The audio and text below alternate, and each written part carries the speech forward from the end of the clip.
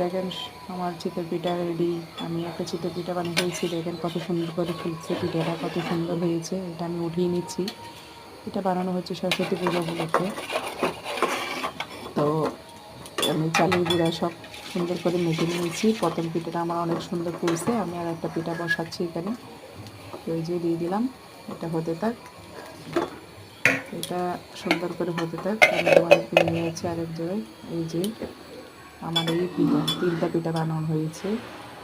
আর এখানে চালের গুঁড়াগুলো আমি সুন্দর করে জল দিয়ে মেখে নিয়েছিলাম অল্প করে। আর এদিক দিয়ে হচ্ছে গুড়, নারিকেল কুড়িয়ে নিয়েছি, গুড় জাল দিয়ে নিয়েছি। তো এগুলো পিঠা দিয়ে খাওয়া হবে। তো এই দেখেন আমার পিঠাগুলো কত স্মুথ, কত সুন্দর হয়েছে, কত সুন্দর ফুলেছে পিঠাগুলো।